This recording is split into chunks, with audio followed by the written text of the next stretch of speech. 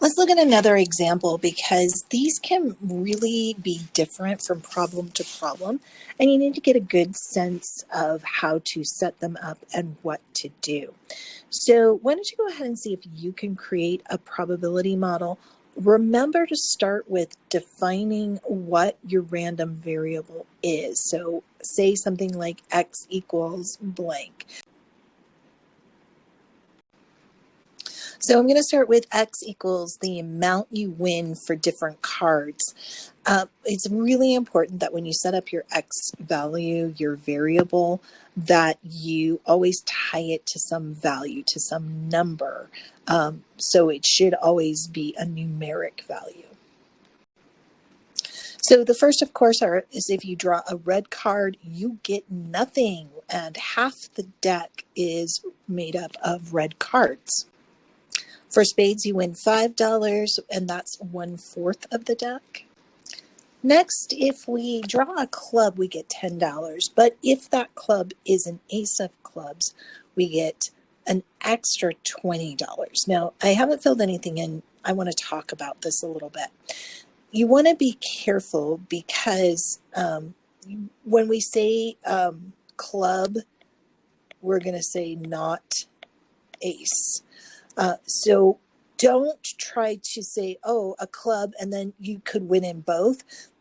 If you do that, then the probabilities won't add up to 1 because you'll have the ace of clubs in both groups, and then your probability will be invalid.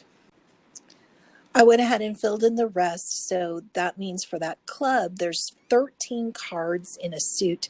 So not including the ace, we'd have 12 out of 52. Now, if you want to reduce that, you can, but I'm not going to. Why bother? Ace of clubs, there's only 1 in the deck, so that's 1 out of 52. And if I added that all together, we would see those probabilities add up to 1. So I'm going to give you a moment to find the expected value based on what we learned earlier.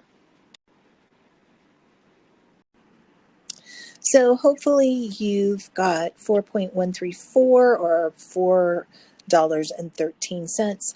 I did give an interpretation just as a review. You should put one down even if it doesn't ask, just to be safe. Next, standard deviation. Let's see if you can do this one on your own. So hopefully started off by finding all the deviations. And to do that, we take our x value, which in the first one was 0, 0, minus the 4.134. And of course, that gives us a negative value. Then we've got 0.866 when we took the 5 minus our expected value, and we've got these 4 values. You need to square all of them, but the extra step to find that variance is we also need to multiply by those probabilities. So those are our expected values, and for the variance we end up with 22.953.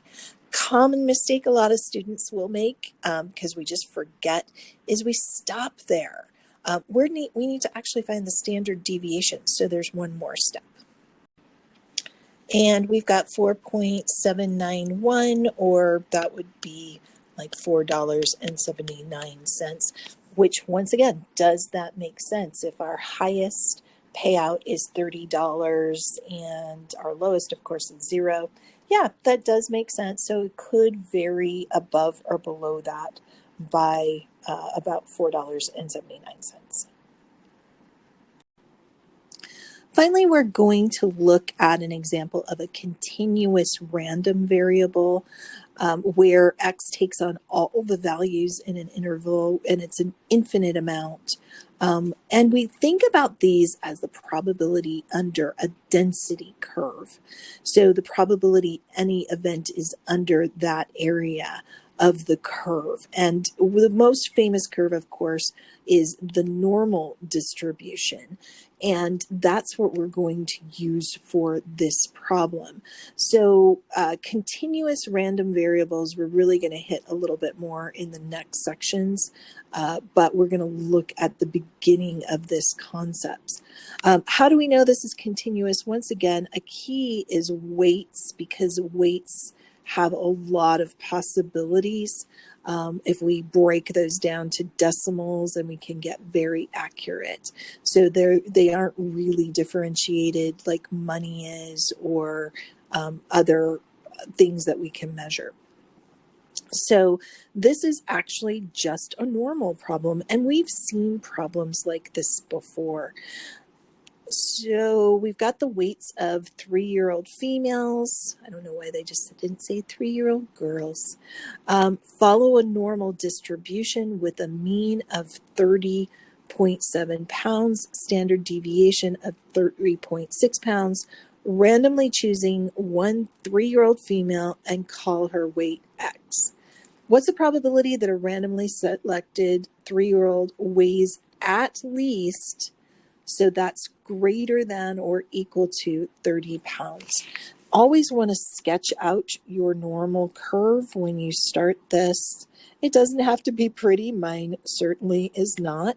Always mark in there what your mean is. So we've got the 30.7.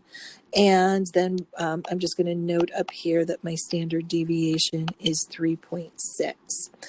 We are looking for a 3-year-old female who's at 30 pounds. So right here is 30, so I'm just going to estimate that. And since we want at least, it means she can be 30 or higher. Now you can use your table of values. You'd have to calculate your z-score first, or you can do your normal CDF. So I've written out my norm CDF process.